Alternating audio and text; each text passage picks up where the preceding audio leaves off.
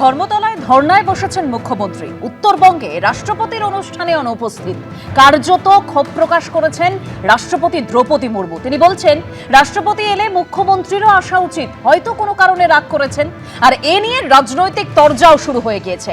আর অন্যদিকে আজ এই ধর্না মঞ্চ থেকেই যেভাবে বেকার ভাতার ঘোষণা করলেন মুখ্যমন্ত্রী মমতা বন্দ্যোপাধ্যায়, তাতে ডিএ কবে পাবেন রাজ্য সরকারি কর্মচারীরা, সেই প্রশ্ন আরো জোরালো হচ্ছে। এ নিয়ে আমরা ছকভাঙা ছটায় আলোচনা শুরু করব। আলোচনার জন্য স্টুডিওতে অতিথিরা রয়েছেন। তবে শুরুতেই ঠিক যেরকম বলছিলাম যে রাষ্ট্রপতি দ্রৌপদী মুর্মু আজকে শিলিগুড়ির একটি অনুষ্ঠানে এসে ঠিক কি মন্তব্য করেছেন, কেন বলা হচ্ছে যে কার্যত তিনি ক্ষোভ প্রকাশ করেছেন, দেখাবো। पता नहीं क्या हुआ, क्या मन में समाया है उनका, वो जाने। लेकिन मैं बहुत दुखी हूँ। রাষ্ট্রপতিজি স্বয়ং দাঁড়িয়ে এই ধরনের অভিযোগ করছেন, আমরা খুব মর্মাহত। কার্যত ক্ষুব্ধ রাষ্ট্রপতি। শিলিগুড়িতে আন্তর্জাতিক সাঁওতালি কাউন্সিলের অনুষ্ঠানে এসে রাজ্য প্রশাসনের ভূমিকায় অসন্তোষ প্রকাশ করলেন দ্রৌপদী মুর্মু। পাশাপাশি মুখ্যমন্ত্রী মমতা বন্দ্যোপাধ্যায়ের উদ্দেশ্যেও অভিমানের সুর শোনা গেল রাষ্ট্রপতির গলায়। शायद उनके मन में था कोई ना आए और प्रेसिडेंट ऐसे ही घूम के चले जाए। आज उनका मन में ऐसा है तो फिर और भी धन्यवाद है, क्योंकि जनरली देखा जाए तो प्रेसिडेंट आते हैं तो चीफ मिनिस्टर भी आना चाहिए, मंत्री भी आना चाहिए, लेकिन चीफ मिनिस्टर मैडम भी आए नहीं। और गवर्नर का तो तबादला हो गया है तो वो नहीं आ पाए। मैं भी बंगाल का ही बेटी हूँ, बंगाल में बहुत क्यों आने ही नहीं देते। আমি আমার জীবদ্দশায় এখন পর্যন্ত দেখিনি যে প্রোটোকলের বাইরে গিয়ে এরকমভাবে সাংবিধানিক প্রধানের প্রোগ্রাম হয়। রাষ্ট্রপতিজি স্বয়ং দাঁড়িয়ে এই ধরনের অভিযোগ করছেন, আমরা খুব মর্মাহত এবং আমরা খুব ব্যথিত। যে জায়গাতে প্রথমে তিনি মিটিংয়ে গেলেন সেখানে কোনো মানুষই যায়নি। সেটা তো রাজ্য সরকার কিছু করতে পারে না, সেটা সেই এনজিও সংস্থা যারা প্রোগ্রাম করেছে এবং রাষ্ট্রপতি ভবন থেকে মনিটর্ড হয়েছে, যার চেয়ারপারসন একসময় দ্রৌপদী মুর্মুজি ছিলেন, তারা বলতে পারবেন। রাজ্য সরকারকে কেন দোষারোপ করা? শনিবার শিলিগুড়িতে নবম আন্তর্জাতিক সাঁওতালি কাউন্সিলের অনুষ্ঠানে উপস্থিত ছিলেন রাষ্ট্রপতি দ্রৌপদী মুর্মু। এদিকে ধর্মতলায় ধর্নায় বসেছেন মমতা বন্দ্যোপাধ্যায়। শিলিগুড়ির অনুষ্ঠানে প্রশাসন ও মুখ্যমন্ত্রীর ভূমিকা নিয়ে প্রশ্ন তোলার পাশাপাশি আদিবাসীদের বঞ্চনা নিয়েও সরব হন রাষ্ট্রপতি। बहुत सारे संथाल लोग उधर घूम रहे हैं, मुझे लगता है कोई उनको रोक रहा है यहाँ आने के लिए। नहीं जाओ।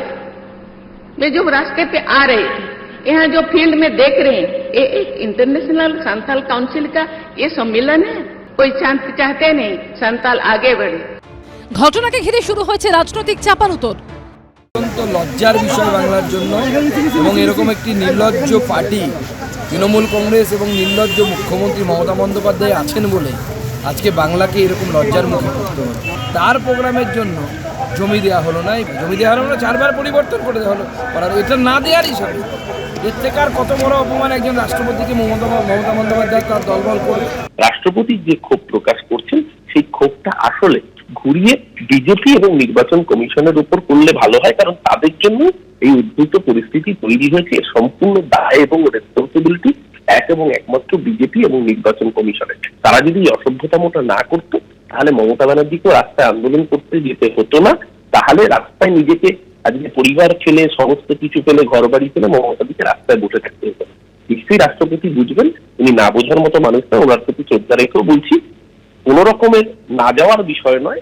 এক্ষেত্রে মমতা বন্দ্যোপাধ্যায় মানুষের স্বার্থকে প্রাধান্য চিরকাল দিয়েছেন। আজও মমতা ব্যানার্জির কাছে বাংলার মানুষের স্বার্থ সবচেয়ে বেশি গুরুত্ব। অনুষ্ঠানে জায়গা বদল নিয়েও প্রশাসনের ভূমিকায় ক্ষোভ প্রকাশ করেন দ্রৌপদী মুর্মু। রাজা চট্টোপাধ্যায়, সনোজ ঝা ও মুন্না আগরওয়ালের রিপোর্ট, এবিপি আনন্দ। রাষ্ট্রপতি দ্রৌপদী মুর্মু শিলিগুড়ির একটি অনুষ্ঠানে এসে কি মন্তব্য করেছেন আপনারা শুনলেন।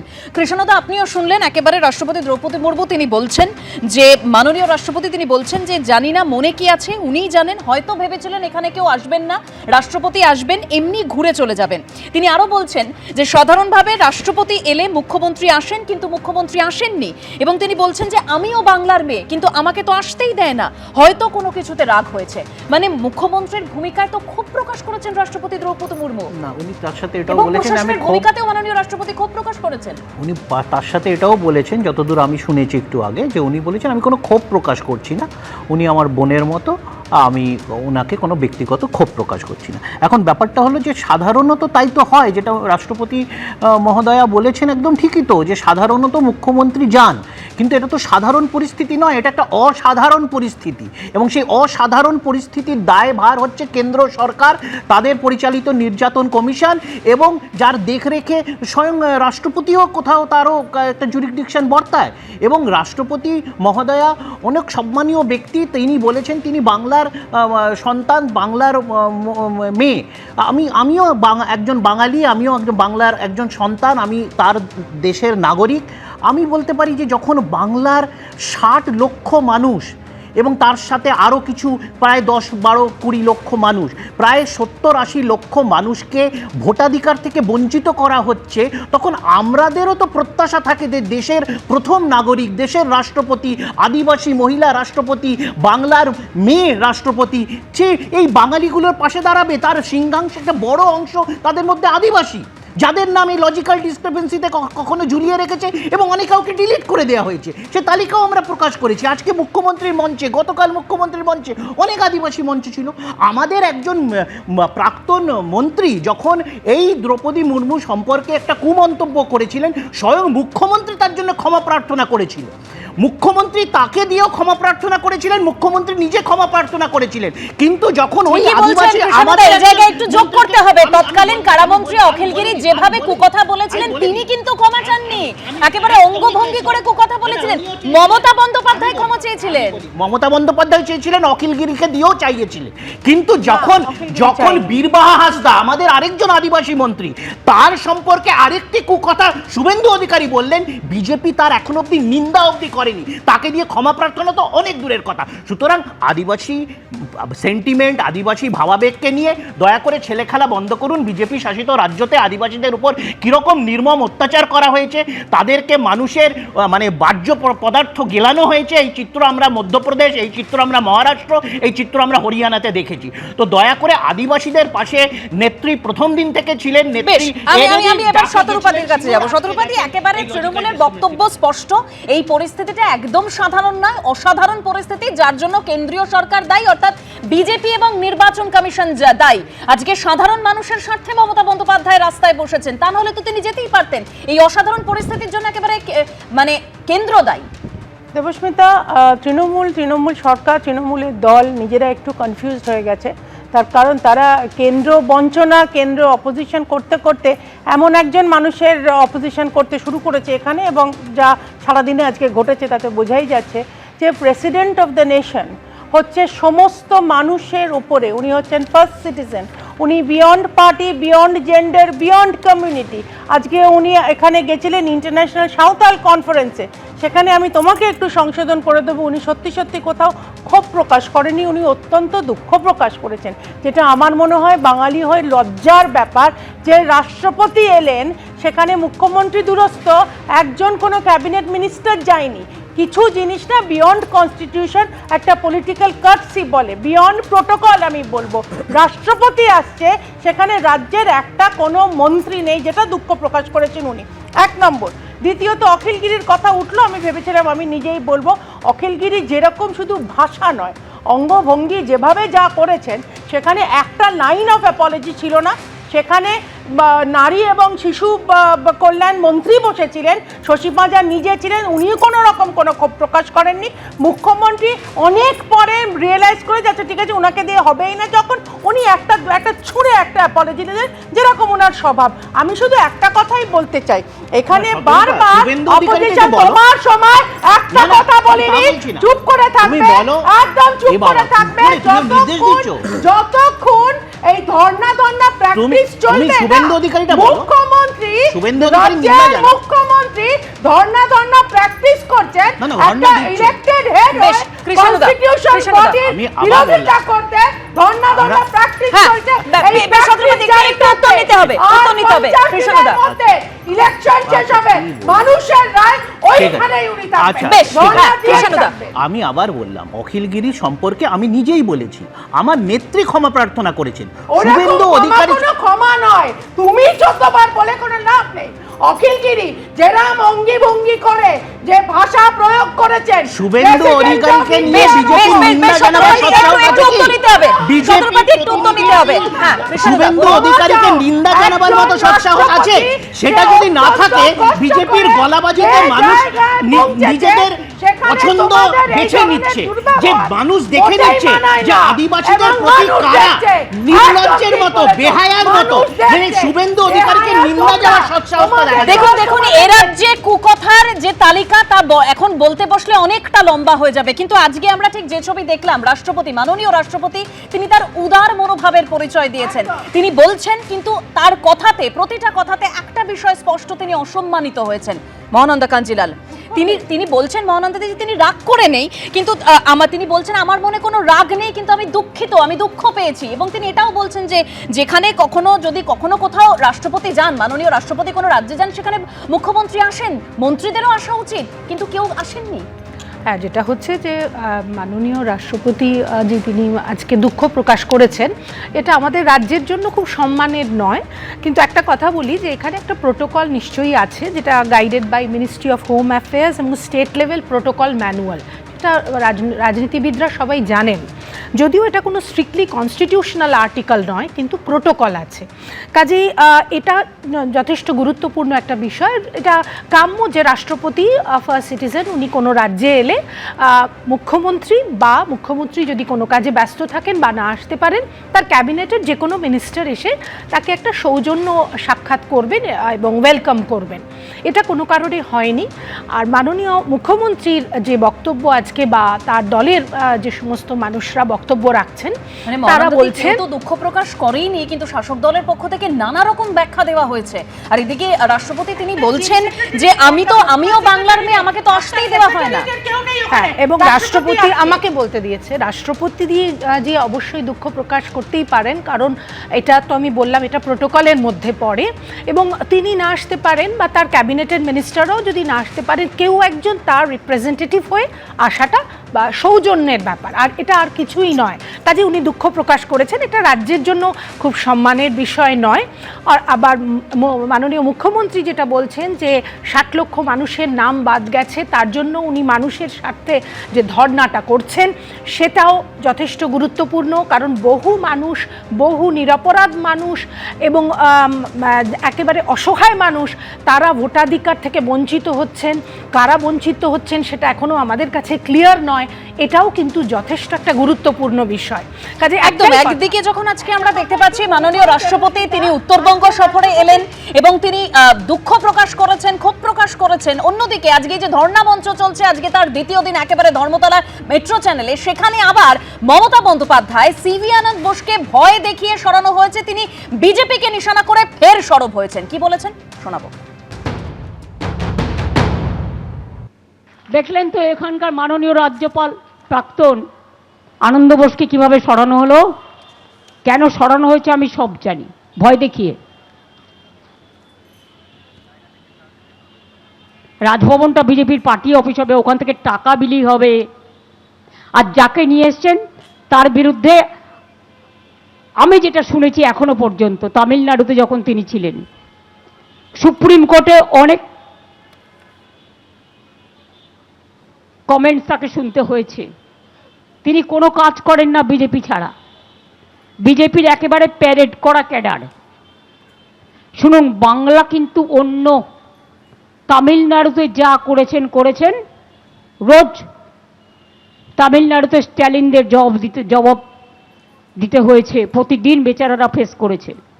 বাংলায় ভোটের 1 মাস আগে কেন চেঞ্জ করলেন? সৈকত গিরি। প্রথমত হচ্ছে তৃণমূল বিজেপির আমলে রাজ্যপাল বলুন, রাষ্ট্রপতি বলুন, সমস্ত সাংবিধানিক পদগুলোর ক্ষেত্রে আমরা লক্ষ্য করছি অসৌজন্যতার নজির। যে রাজ্যপালের বিরুদ্ধে রাজ্যপাল রাজভবনে যেতে লজ্জা করতেন মাননীয় মুখ্যমন্ত্রী, প্রকারান্তরে একের পর এক চিত্র পর্যায়ে পরিবর্তন হয়েছে।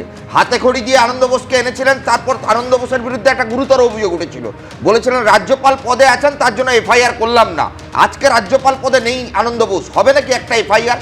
গোটা দেশের রাজনীতিতে রাষ্ট্রপতির প্রোটোকল একদম নিশ্চিত, প্রোটোকল থাকা উচিত যুক্তরাষ্ট্রীয় ব্যবস্থায়। কিন্তু প্রোটোকল তো শুধুমাত্র এক্ষেত্রে নয়, প্রোটোকল তো সেদিনও থাকা উচিত ছিল যখন নতুন পার্লামেন্ট হাউস উদ্বোধনে রাষ্ট্রপতি 1 নম্বর ফার্স্ট সিটিজেনের তকমা পাননি। যখন কোনো একটা সরকারি অনুষ্ঠানে ফার্স্ট বেঞ্চে আদানি আম্বানিদের দেখা যায়, রাষ্ট্রপতিকে থার্ড বেঞ্চে দেখা যায়।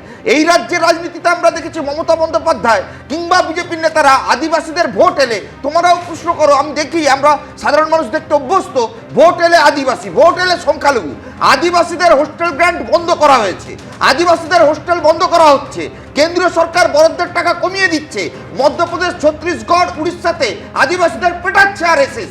এই রাজ্যের রাজনীতিতে তৃণমূল মাননীয় মুখ্যমন্ত্রী গ্লাভ পরে আদিবাসীদের সঙ্গে একদম, অর্থাৎ বোঝা যাচ্ছে একদিকে এসআইআর ইস্যু, একেবারে মমতা বন্দ্যোপাধ্যায়ের ধর্ণা, তারই মধ্যে রাষ্ট্রপতির এই মন্তব্য, যাকে কেন্দ্র করে রাজনৈতিক পারদ চড়চড় করে বাড়ছে। মাননীয় রাষ্ট্রপতি দ্রৌপদী মুর্মুর উত্তরবঙ্গ সফর, যেখানে মমতা বন্দ্যোপাধ্যায় অনুপস্থিত, জানিয়ে তিনি দুঃখ প্রকাশ করেছেন। শুভেন্দু অধিকারী, বিরোধী দলনেতা, এই প্রসঙ্গে কি বলেছেন শোনাবো। আজকে দুপুরবেলা একদিকে সাংসদ রাজু বিস্তা, একদিকে ফাঁসিদার বিধায়ক দুর্গা মুর্মুকে নিয়ে মাননীয় রাষ্ট্রপতি মহোদয়া বলছিলেন আমাকে বাধা দেওয়া হচ্ছে, আমাকে কর্মসূচি করতে দেওয়া হয় না। আমার উপরে মমতা ব্যানার্জির এত রাগ কেন? রাগ তো থাকবেই মহামহিম। যেদিন আপনি ভোটে দাঁড়িয়েছিলেন সেদিন মমতা ব্যানার্জিরা আপনাকে ভোট দেয়নি, যশবন্ত সিনহাকে ভোট দিয়েছিল, আমি সৌমিত্র খানরা আপনাকে ভোট দিয়েছিলাম। আমরা আদিবাসীদের সম্মান দিতে জানি। তাই আজকে রাষ্ট্রপতি মহোদয়ের ঘটনার পরে প্রমাণ হয়ে গেছে তৃণমূল শুধু হিন্দু বিরোধী নয়, তৃণমূল শুধু নারী বিরোধী নয়, তৃণমূল আদিবাসী বিরোধী। এদের ঝাঁটিয়ে বিদায় করতে হবে। এপ্রিল মাসে ভোটে এদেরকে হারাতে হবে। কৃষ্ণদা, দেখুন, শুভেন্দু অধিকারীর গ্রহণযোগ্যতা যতই হারাচ্ছেন, ওনার ভলিউমও বাড়ছে। এখন বিষয়টা হচ্ছে, যেটা মহামহিম রাষ্ট্রপতি মহোদয়কে হয়তো ওনারা অন্ধকারে রেখেছে, যার জন্য পার্টির তরফ থেকে জাস্ট কিছুক্ষণ আগে আমরা একটা টুইট করেছি। সেখানে আমাদের আদিবাসী ছেলে মেয়েদের জন্য জয় জোহার, যে ছাত্রবৃত্তি থেকে শুরু করে লক্ষ্মীর ভাণ্ডারে তাদেরকে যে মাসিক আয় থেকে শুরু করে এই সিধু কানুন নাম করে আবাসিক মেমোরিয়াল, এই সব ব্যাপারে আমরা রাজ্য সরকার, রাষ্ট্রপতি সফর যেখানে একটা বেসিক প্রোটোকল, বেসিক ভদ্রতা আছে, সেইটুকু ডিনাই করলে হবে না।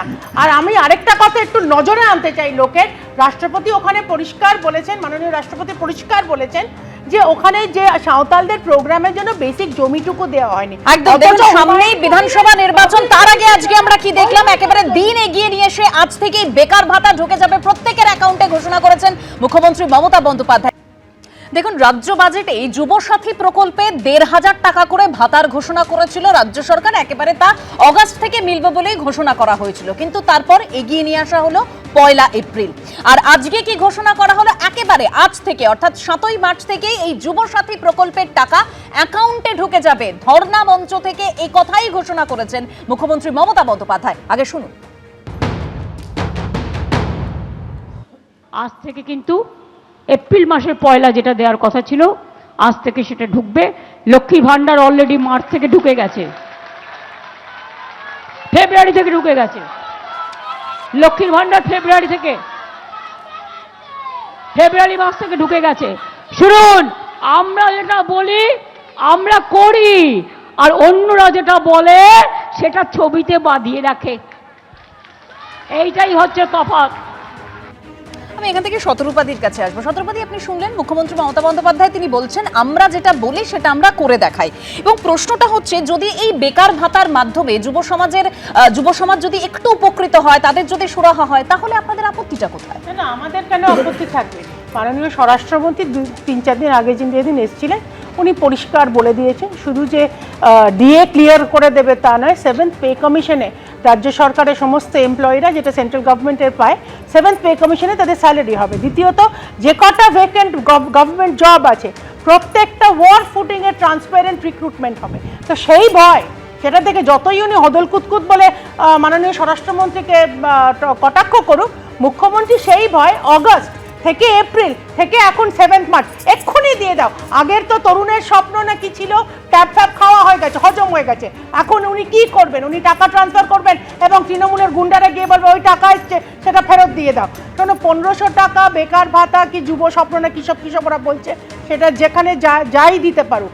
আজকে মাননীয় স্বরাষ্ট্রমন্ত্রী যে অ্যাসিওরেন্স দিয়ে গেছে, শুধু সরকার পাল্টানোর অপেক্ষা। রাজ্য সরকারের সমস্ত এমপ্লয়িরা কেন্দ্রীয় সরকারে যেরকম 7th পে কমিশনে তারা পাচ্ছেন, সেটা তো পাবেই। পুরনো ডিএ ক্লিয়ার হবে এবং যুবদের আমি বলবো যে তৎক্ষণাৎ মানে অন ওয়ার ফুটিং সরকারি সমস্ত ভ্যাকেন্ট পোস্ট রিক্রুটমেন্ট হবে, ট্রান্সপারেন্ট রিক্রুটমেন্ট হবে, যেখানে কোনো টাকা পয়সার লেনদেন হবে না, চাকরি বিক্রি হবে না, মানুষকে চাকরি কিনতে হবে না, যথাযথ যোগ্যতা অনুযায়ী যেরকমভাবে সেন্ট্রাল গভর্নমেন্টের রিক্রুটমেন্ট হয় সেই রকমভাবে আমরা সরকারে আসার সঙ্গে সঙ্গে তৎক্ষণাৎ সমস্ত গভর্নমেন্ট অকুপেশন ভ্যাকেন্ট জবসগুলো যেগুলো আছে সেগুলো আমরা হায়ার করতে শুরু করে দেবো।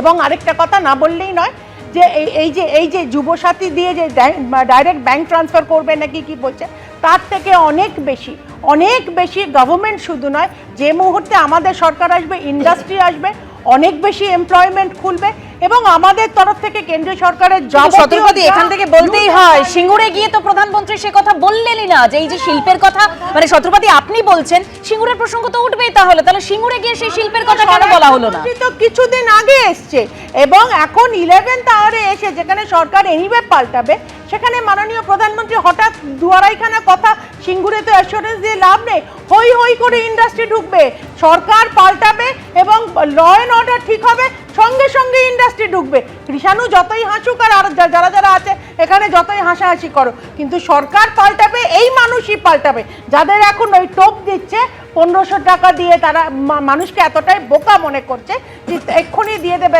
মানুষ কি বুঝতে পারছে না যেটা অগস্টে পাওয়ার কথা সেটা মার্চ এপ্রিল, এখন 7th মার্চ, এক্ষুনি দিয়ে দাও ঘুষ অনুদান, কোনোভাবে এই সরকারটা যাতে বেঁচে যায়।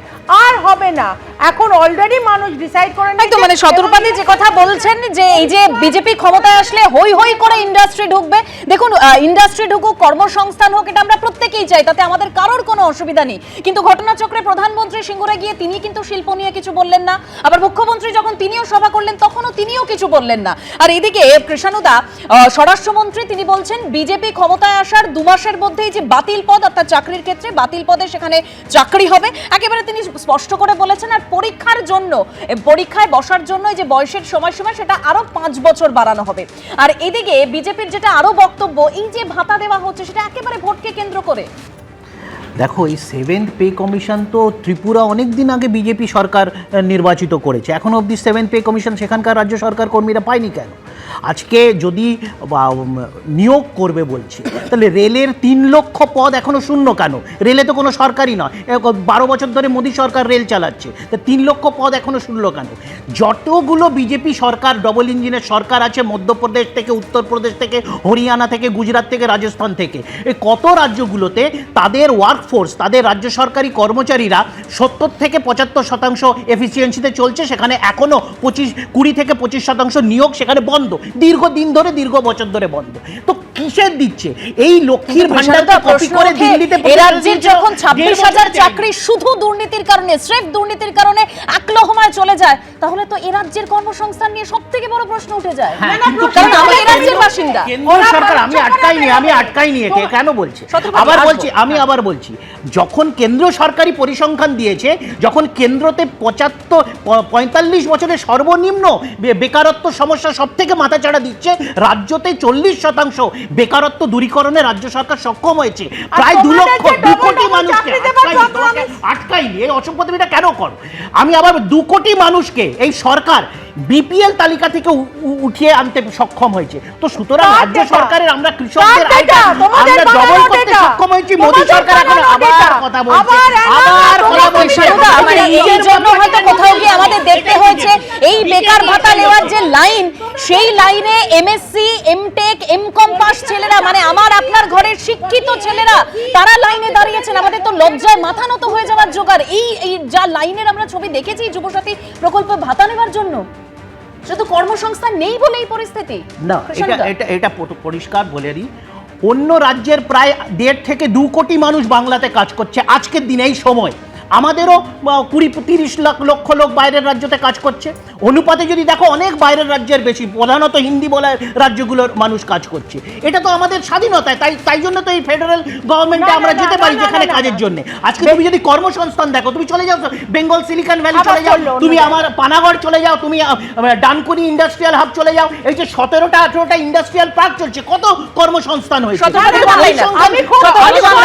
বিজেপি আলাদা কথা বলে, বিজেপি মিথ্যাচার করে। বেসিক্যালি এখানে যত ওরা দেশ ভ্রমণে বেরোবে তত এখানে দেখে দুঃখ হয়। তুমি যে কথাটা বললে না দেবস্মিতা, যে ভাতা নেবার জন্য কত অসংখ্য যুবক লাইনে দাঁড়িয়ে আছে, অবশ্য 40 বছরের ছেলেকে যুবক বলা যায় কিনা আমি জানি না, 18 থেকে নাকি 21 থেকে 40 অব্দি যারা বেকার, সেখানে মুখ্যমন্ত্রী হাত তুলে সারেন্ডার করে দিচ্ছে যে আমি চাকরি দিতে অক্ষম, আমি ইন্ডাস্ট্রি আনতে অক্ষম, সেজন্য আমি 1,500 টাকা ভাতা দিচ্ছি। দেখুন, একদিকে যখন এই যুবসাথী প্রকল্পে একেবারে সময় এগিয়ে নিয়ে এসে আজ থেকেই ভাতা অ্যাকাউন্টে ঢুকে যাবে তার কথা ঘোষণা করলেন মমতা বন্দ্যোপাধ্যায়, তখনই আবার প্রাপ্য ডিএ, বকেয়া ডিএ কবে পাবেন রাজ্য সরকারি কর্মচারীরা, সেই প্রশ্ন আরো জোরালো হচ্ছে। কারণ বকেয়া ডিএর যে 25% তার প্রথম কিস্তি দিতে সময় চেয়েছে রাজ্য। 31শে ডিসেম্বর পর্যন্ত সময় বাড়াতে সুপ্রিম কোর্টে আবেদন, আরো সময় চেয়ে সুপ্রিম কোর্টে গেল এবার রাজ্য সরকার। আমাদের সঙ্গে এই মুহূর্তে রয়েছেন ভাস্কর ঘোষ, সংগ্রামী যৌথ মঞ্চের আহ্বায়ক। মানে ভাস্কর, তা আপনাদের কেন মনে হচ্ছে যে এই আপনাদের যে বকেয়া ডিএ, সেই ডিএ দেওয়ার জন্য এটা একটা রাজ্য সরকারের চক্রান্ত, ডিএ আটকানোর জন্য, মানে না দেওয়ার জন্য? না, এটা তো মনে হওয়ার কিছু নেই, এটা তো বাস্তবতা। যেখানে বাস্তবতা থাকে সেখানে মনে হওয়ার কোনো কষ্ট কল্পনার কোনো জায়গা নেই। না দেওয়ার জন্য এবং সুপ্রিম কোর্টকে মান্যতা না দেওয়ার জন্য যত কিছু করার এই সরকার করে চলেছেন, তাতে বিভিন্ন রকমের মিথ্যাচার, যেগুলো না করলে পর একটা রাষ্ট্রের ভালো হতো, একটা রাজ্যের ভালো হতো, তার কোনো কিছু করতে তারা কসুর রাখছেন না। তারা গতকালকে গিয়ে পরে বললেন যে তাদের নাকি অর্থের সংস্থান নেই, এই রাজ্যের নির্বাচনের জন্য প্রচুর খরচা আছে, সেই কারণে ভোটের জন্য প্রচুর খরচা হবে, তার জন্যই সময় চাওয়া হয়েছে রাজ্যের তরফে। শুধু সেটুকুই নয়, তারা বললেন যে শুধুমাত্র সরকারি কর্মচারীরা পাবেন, অন্য কেউ পাবেন না, যারা এডেড আছে তারা পাবেন না। অথচ এই সরকারই যখন মামলা চলছিল তখন তারা হিসেব দেখিয়েছিলেন যে 10 লক্ষাধিক কর্মচারী আছে, তাদেরকে দিতে গেলে 40,000 কোটি টাকার বেশি খরচা হবে, তারা লিখিত সাবমিশন দিয়েছিলেন। আজকে এসে পরে সেখান থেকে ডিভিয়েট করে আবার অন্য গল্প ফাঁদছেন। আমরাও আইনি লড়াইয়ের জন্য তৈরি আছি, কিন্তু এই সরকারকে বর্তমানে মুখ্যমন্ত্রীর ভাষায় বলি যে ইঞ্চিতে ইঞ্চিতে বুঝে নেওয়ার জন্য আগামীকালকে যেমন শহীদ মিনারে আমরা বিক্ষোভ কর্মসূচি ডাক দিয়েছি, ঠিক একই রকমভাবে সমস্ত রাজ্য সরকারি ডিপার্টমেন্টে আগামী 13 তারিখে ধর্মঘটে সামিল হব আমরা। আর আরেকটা কথা, যে যদি সরকারের কাছে অর্থের সংস্থান না থাকে, ইন্টারিম বাজেট যেটা লাগু হওয়ার কথা 1 এপ্রিল 2026 থেকে, সেই বাজেটে ঘোষিত প্রকল্প কিভাবে 7ই মার্চ থেকে এই রাজ্যে ইমপ্লিমেন্ট হচ্ছে, তার টাকা কোথা থেকে আসছে, এই প্রশ্ন আমরা আজকে রাখলাম যুবসাথী বিষয়ে। আর যুবসাথী বিষয়ে আমাদের আরেকটা কথা, যুবসাথীর বিরোধিতা আমরা করছি না, আমরা বলছি যে এই সরকার মানে বেকার দূরীকরণে এবং কর্মসংস্থান সৃষ্টি করার ক্ষেত্রে যে ধরনের ফেলিওর হয়েছে, তাতে এই রাজ্যের বেকার ছেলে মেয়েদের হাতে গুটখা খাওয়ার পয়সা না দিলে নেশা করতে তারা পারবেন না। মানে এটা একদম খুব সিম্পল একটা বিষয়। কিন্তু আমাদের কথা হচ্ছে যে এই যুবসাথীর নাম করে এই প্রকল্প 2013 সালে চালু হয়েছিল, তখন এই ভাতার পরিমাণ ছিল 1,500 টাকা। আজকে একই প্রকল্প 13 বছর পরে ঘুরে আসছে, ভাতার পরিমাণ 1,500 টাকাই রইল। আমার এই রাজ্যের বেকার ছেলে মেয়েদের কাছে আমার প্রশ্ন, যে এই 13 বছরে কি তোমাদের লাইফ মানে যে জীবন ধারণের খরচা কি 1 টাকাও বাড়েনি? এইটা আমার তো তোমাদের কাছে প্রশ্ন। আমাদের সরকারের কাছে প্রস্তাব রাখছি যে এই ভাতার পরিমাণটা 1,500 টাকা নয়, অন্তত 3 গুণ বাড়িয়ে 4500 টাকা করা হোক। প্রত্যেকটা যুবসাথী যারা হচ্ছেন, এনরোল করিয়েছেন, তাদেরকে 4500 টাকা করে তুলে দেওয়া হোক। এর কোনো প্রকল্পের আমরা বিরোধিতা করছি না, আমরা শুধু চাই যে আমরা পরিশ্রম করেছি, আমাদের পারিশ্রমিকটাকে কেড়ে রেখে এই সরকার নিজের কাছে বন্ধক রেখেছে, আমরা পাওনাদার সরকারের, আমাদের পাওনাগণ্ডা সরকার মিটিয়ে দিক। এর বাইরে অন্য কোনো কথা শুনতে চাই না। আর যদি অন্যতা হয়ে থাকে, একটা কথা শুধু বলে রাখি, ভোটটা কিন্তু আমরাই করাই, বাকিটা ভোটের ময়দানে বুঝে নেব। এবং 31শে ডিসেম্বর পর্যন্ত সময় চেয়েছেন। আপনাকে বলে রাখি যে 31শে ডিসেম্বরে এই রাজ্যের মুখ্যমন্ত্রীর নাম মমতা ব্যানার্জি থাকবে না, এটা আমরা চ্যালেঞ্জ নিলাম। রাজ্য সরকারি কর্মচারীরা চ্যালেঞ্জ নিলাম যে 31শে ডিসেম্বরে এই রাজ্যের মুখ্যমন্ত্রীর নাম মমতা ব্যানার্জি থাকবেন না। একদম কৃষ্ণদা, দেখো, পরিষ্কার হতে পারে পলিটিক্যাল এজেন্ডা থাকতেই পারে। এখন কারুর যদি মনে হয় তিনি পাওনাদার হয়ে গেছেন সরকারি চাকরি করে, তা আমার কিছু বলার নেই। আমার শুধু মনে পড়ে গেল কোভিডের সময় যখন লকডাউন ছিল, তখন কিন্তু যে আমরা রিলগুলো দেখতাম না, যে ফেসবুকে সোশ্যাল মিডিয়া করার প্রবণতা বেশি ছিল, তখন অনেকে উচ্ছ্বাস, আজ এই রান্না হচ্ছে, কাল ওখানে ছাতে এই পিকনিক হলো, আর তারপরে লেজার নিয়ে লাইট টাইট ছোটো, এটা অনেকেও করেছেন। অনেকের তাও সেই সময় অনাহার, ভাড়ে মা ভবানী অবস্থা ছিল মানুষের, রোজগার বন্ধ ছিল, মানুষের সেদিন উপার্জন বন্ধ ছিল, অনেক বহির্রাজ্য থেকে মানুষ হেঁটে হেঁটে নিজের নিজের রাজ্যে ফিরছিলেন। তো সেই দিন কিন্তু আমরা অঙ্গীকার করেছিলাম সব মানুষকে দেখতে হবে, সেদিন সব মানুষ কিন্তু রেশন পেয়েছিলেন। বৃদ্ধ বৃদ্ধাদের পুলিশ গিয়ে নরেন্দ্র মোদির জন্য একদম না না না না তোমরা মিথ্যে কথা বলছো। আমি আটকাই নি তোমাকে, তুমি তোমার সময় বলবে। এটা কি অসভ্যতামি হচ্ছে? এটা কি অসভ্যতামি হচ্ছে? বিজেপি এই ধরনের কৃষ্ণানুদা বক্তব্য। ছত্রপতি প্লিজ আসবো আপনার সময় আপনার কাছে আসবো। কৃষ্ণানুদা কিন্তু বিজেপি যদি এইভাবে বিজেপি যদি অযাচিতভাবে ঢোকে আমরা কিন্তু ছত্রপতি আপনার সময় আপনার কাছে আসবো। কৃষ্ণানুদা মানুষ দেখেছে আজকে আবার এই অসভ্যের মধ্যে যাচ্ছে কেন? অসভ্যের মধ্যে যাচ্ছে কেন? ছত্রপতি আসবো। আমি আবার বলছি, তো সেই দিন মানুষের অভিজ্ঞতা আছে, সেই দিন কারা রেশন নিয়ে মানুষের কাছে দাঁড়িয়েছিল, বৃদ্ধ বৃদ্ধাদের পুলিশ গিয়ে বাড়িতে রেশন পৌঁছে দিয়েছিল, পাড়ার লোকেরা কারা কিভাবে সাজে আবার কথা বলে যাচ্ছে। মমতা বন্দ্যোপাধ্যায় আজকের দিন অবধি আজকের দিন কেন কথা বলে বিজেপি আমি দুজনকেই থামালাম। এই যে ডিএ মামলার জন্য রাজ্য সরকার যে আবার সুপ্রিম কোর্টে গেল সময় চেয়ে, নিয়ে অধীর রঞ্জন চৌধুরী কি বলেছেন শোনাবো। রাজ্যে যারা সরকারি কর্মচারী তারা কেউ তৃণমূলকে ভোট দিবে না, তাই তাদের ডিএ দিয়ে লাভ কি? ডিএ দিয়ে লাভ কোথায়? যেখানে ভোট পাওয়া যাবে। ডিএর যে টাকাটা, সেই টাকাটা যুবসাথীতে খরচা করলে আমার ভোট পাবো, তাই যুবসাথীতে খরচা করো। পয়সা আটকাতে গেলে কী করতে হবে? সুপ্রিম কোর্টে গিয়ে স্টে নিতে হবে, বলবে রাজ্যের অবস্থা খারাপ, পরে দিচ্ছি, এই করছি তাই করছি। অথচ দেখুন, ডিএ ঠেকানোর জন্য সুপ্রিম কোর্ট, কিন্তু এসআইআর ঠেকানোর জন্য সুপ্রিম কোর্ট নাই দিদি। মহানন্দাদি, এখান থেকেই তো বিরোধীরা বারবার প্রশ্নটা তোলে যে এই যে খেলা মেলা পুজোর জন্য রাজ্য সরকার যেভাবে অনুদান দেয়, যেভাবে দান দেয়, তো সেক্ষেত্রে তো তাদের খরচের কথাটা মাথায় আসে না। তাহলে ডিএ দেওয়ার সময় এই খরচের কথাটা কেন মাথায় আসে? প্রথমে বলি ডিএটা কিন্তু অধিকার, এইটা ভুলে গেলে চলবে না। সরকারি কর্মচারীদের এটা অধিকার। সে রাজনৈতিক ব্যক্তিত্বরা যতই চেঁচামেচি করুন, এক একজন এক একটা কথা বলুন, এটা নিয়ে কোনো দ্বিমত থাকার কথা নয়। এখন ডিএ নিয়ে এবং যুবসাথী নিয়ে কোনো মানুষের কোনো আপত্তি থাকবে না যদি রাজ্যের ভাড়ারে যথেষ্ট টাকা থাকে। সেটা কোথা থেকে আসবে? সেটা আসবে রাজ্যের সমৃদ্ধির ফলে, অর্থাৎ শিল্পায়ন করতে হবে, বৃহৎ শিল্প, যেখানে এই যুবকেরা চাকরি পাবে। এই 1500 টাকা ভাতা তাদের পক্ষে যথেষ্ট নয় আজকালকার দিনে। ভাতা বহুদিন আগেও ছিল, এখনও থাকতে পারে, সেটা কোনো কথা নয়। কিন্তু আবারও বলছি, অর্থনৈতিকভাবে সমৃদ্ধ না হলে একটা রাজ্যে তার প্রগতির কোনো কিছুই দেখা যাবে না, এবং ভাতা নির্ভরতা কখনোই একটা রাজ্যকে এগিয়ে নিয়ে যেতে পারে না। কন্যাশ্রী যেমন একটা অত্যন্ত প্রয়োজনীয় জিনিস, কিন্তু তা সত্ত্বেও দেখা যাচ্ছে স্কুল ড্রপ আউট বেড়ে যাচ্ছে, কলেজে স্টুডেন্ট কমে যাচ্ছে। কাজে এগুলো ভাববার বিষয়। অর্থাৎ 1 মিনিট শতরূপা, তুমি সবার সঙ্গে মধ্যে কথা বলো না প্লিজ। তার মানে এই নয় যে এই ভাতাটা প্রয়োজনীয় নয়, কিন্তু তার সঙ্গে ডিএও দিতে হবে। অর্থাৎ রাজ্যের সমৃদ্ধিটা কী করে হবে, মেন ফোকাসটা সেখানে আনতে হবে, শিল্পায়ন করতে হবে, এবং এই যে স্বাস্থ্য শিক্ষার পরিকাঠামো উন্নয়ন করতে হবে। রাজনীতি এবং প্রশাসন দুটো ট্রেড অফ নয়। রাজনীতিক যে থাকবেন, যিনি পদে থাকবেন, তিনি প্রশাসনেও একেবারে এগিয়ে নিয়ে যাবেন রাজ্যটা। এটাই মানুষ।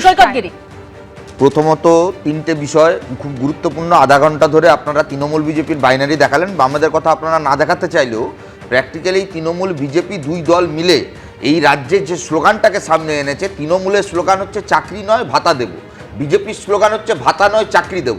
আমাদের স্লোগান হচ্ছে ভাতা বাড়াতে হবে, পাশাপাশি চাকরির গ্যারান্টি করতে হবে। 14 সালের পর গোটা দেশে বেকারত্ব যে রাজনৈতিক দল বাড়ালো, তারা এখন পশ্চিমবাংলার মাটিতে বলছে সরকারে এলে 1 মাসের মধ্যে চাকরি হবে। এই নকল লড়াই চলবে, আর লড়াই চলতে চলতে আরএসএস এর নেতার মেয়ে সে চলে যাবে তৃণমূলের রাজ্যসভায়। আগের আলোচনায় এত জোরালোভাবে আপনারা দেখালেন রাষ্ট্রপতি নির্বাচনে তৃণমূল বিজেপি লড়াই করেছে। এটা আড়ালে বললেন না যে উপরাষ্ট্রপতি নির্বাচনে তৃণমূলের সমর্থনে ঝঙ্কার উপরাষ্ট্রপতি হয়েছিলেন বিজেপির প্রার্থী হিসেবে। আজকের দিনে দাঁড়িয়ে কেউ কেউ পলিটিক্যালি লড়াই ঝগড়া দেখিয়ে বাইনারি করে আলটিমেট সমাজের বেকারদের দুর্দশার কথা সামনে আনতে চায় না। কিন্তু এই রাজ্যের মাটিতে চাকরি চুরি করলো কারা? সেই চাকরি চোরদের ধরবার দায়িত্ব কাদের ছিল? ইডি সিবিআই চোরদের ছাড়লো কেন? এই বিচারগুলো কবে হবে? 5 বছর অন্তর ভোট যাবে, ভোট আসবে, ভোট চলে যাবে। আজকে তৃণমূল কংগ্রেস বলছে এপ্রিলের মধ্যে যে ভাতা ঢোকার কথা আজকে ঢুকবে, তার মানে কি ভোটের আগে ভাতা ঢুকিয়ে দিতে হবে, এতে ভোট ব্যাংকটা গ্যারান্টি করা যায়। 5 বছরে কোনো কাজ হলো না, এই ভাতাটা 5 বছরের মধ্যে 2 বছর আগে কেন হলো না? এই যে ঘোষণাগুলো এখন করা হচ্ছে, বিহারে এনডিএ বিজেপি মডেল করেছে, এখানে মমতা বন্দ্যোপাধ্যায় করছে, তার মানে পাবলিককে বোকা বানাতে হবে। বিধানসভার ভেতর আলোচনা হবে না, বাজেটে কোনো সংস্থান থাকবে না, ভোটের আগে একটা গিমিক তৈরি করে দাও, বেকার ভাতা, কন্যাশ্রী, লক্ষ্মীর ভান্ডার। একদম আমি এখান থেকে কৃষ্ণদার কাছে আসবো। কৃষ্ণদা, এখানেই তো বিরোধীরা বলছে যে আপনারা এফআইআর এর জন্য বিচার চাইতে সুপ্রিম কোর্টে চলে যাচ্ছেন, সুপ্রিম কোর্টে গিয়ে সওয়াল করছেন মমতা বন্দ্যোপাধ্যায়। সেখানে তো সুপ্রিম কোর্টে তো এই ডিএ দেওয়ার জন্য নির্দেশ দিয়েছে, এখানেই তো প্রশ্ন, তো এখানেই তো সরকারের সমালোচনা করছে সবাই, আদালত অবমাননার অভিযোগ করছে। ডিএর বিরুদ্ধে নই, কিন্তু ডিএটা কখন দেব?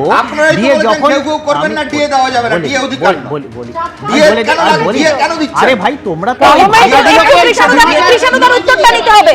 2010 দিতে পারতে, কেন কন্যাশ্রী দাওনি? তোমরা 2009-10 কেন কন্যাশ্রী দাওনি? লক্ষ্মীর ভান্ডার কেন দাওনি?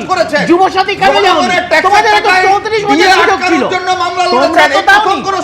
34 বছর তো তোমরাও দাওনি, কেন এই রাজ্যের দিয়েছি? দেখুন, সুপ্রিম কোর্টের যা নির্দেশ ছিল যে বকেয়া ডিএর 25% অবিলম্বে মিটিয়ে দিতে হবে, আর এই 25% ডিএর প্রথম কিস্তি দিতে সময় চেয়েছে রাজ্য, সুপ্রিম কোর্টে আবেদন করেছে। আমি ভাস্কর ঘোষের কাছে যাব। ভাস্কর দা, আপনারা ইতিমধ্যেই রাজ্য সরকারের বিরুদ্ধে আদালত অবমাননার অভিযোগে সুপ্রিম কোর্টে আপনারা মামলা করেছেন, এরপর আপনাদের কি পদক্ষেপ হবে? এরপর পদক্ষেপ হচ্ছে যে রাজ্য যে মডিফিকেশন অ্যাপ্লিকেশন করেছে সেটাকে যথাযথভাবে সুপ্রিম কোর্টে চ্যালেঞ্জ করা। আমাদের আইনজীবীদের সাথে অলরেডি কথা হচ্ছে, খুব তাড়াতাড়ি আমাদের সিনিয়র আইনজীবীর সাথে আমাদের কনফারেন্সে বসছি, এবং যে মডিফিকেশনের অ্যাপ্লিকেশন করেছে সেই অ্যাপ্লিকেশনটাকে আটকানো শুধু নয়, সেখানে সুপ্রিম কোর্টের কাছে এই বিষয়টাকে তুলে ধরা যে রাজ্যের কাছে অর্থ থাকার সত্ত্বেও কেবলমাত্র সদিচ্ছার অভাবে তারা সুপ্রিম কোর্ট উল্লঙ্ঘনের মতো কাজকর্ম করছেন, এই ব্যাপারটাকে পরিষ্কার করে সুপ্রিম কোর্টের কাছে প্রতিষ্ঠা করার জন্য সমস্ত রকম চেষ্টা যেমন আইনগতভাবে হবে, ঠিক একই রকমভাবে শুধুমাত্র সরকারি কর্মচারীদেরকে দেব, বাকি যারা আন্ডারটেকিং আছে কর্পোরেশনের কর্মচারী, পঞ্চায়েত কর্মী, তাদেরকে দেব না, শিক্ষক শিক্ষিকা, শিক্ষাকর্মী, অধ্যাপক, এর বিরুদ্ধেও আমাদের আইনি লড়াই চলবে, এবং সেখানে একটা বিষয় নিশ্চিত যে আমরা জিতবো এই লড়াইটাতে। মূল মামলাতে যেমন জিতেছি, এই লড়াইটাতেও আমাদের জেতাটা শুধুমাত্র সময়ের অপেক্ষা। আর ঠিক একই রকম ভাবে বিজেপির কুনকি হাতির বক্তব্যের গ্রহণযোগ্যতা নেই, যেমনি শুভেন্দু অধিকারী ওনার গডফাদার যেভাবে গ্রহণযোগ্যতা মানুষের কাছে হারিয়েছেন, ওনাদেরও প্রতিনিয়ত হারাচ্ছেন। আবার বলতে পারি ওনাদের দাবি দেওয়ার প্রতি আমাদের সহানুভূতি আছে, কিন্তু যেভাবে বিজেপির কুনকি হাতির এজেন্ডা ওনারা নিয়ে নিয়েছেন, যেভাবে রাজনৈতিক কথাবার্তা বলছেন, মুখ্যমন্ত্রী সম্পর্কে মন্তব্য করছেন, সহানুভূতির প্রয়োজন নেই কৃষ্ণেন্দু বাবু। কাটমানিখোরদের সহানুভূতির প্রয়োজন সরকারি কর্মচারীরা ভাবেন না, এটা ভালো করে শুনে রেখে দিন। শুনে রাখুন আপনি, ব্যালট ভোটে রাজ্য সরকারি কর্মচারীদের ব্যালট ভোটেও আমরাই জিতবো। আপনাকে মে মাসের পরে কথা হবে, মে মাসের পরে কথা হবে কি হবে, দয়া করে পালিয়ে যাবেন না, কাউন্টিং এর দিন আসবে, 31 ডিসেম্বরে এই রাজ্যের মুখ্যমন্ত্রী রাজপথে বেনাকে থাকবে না, চ্যালেঞ্জটা আমি দিলাম।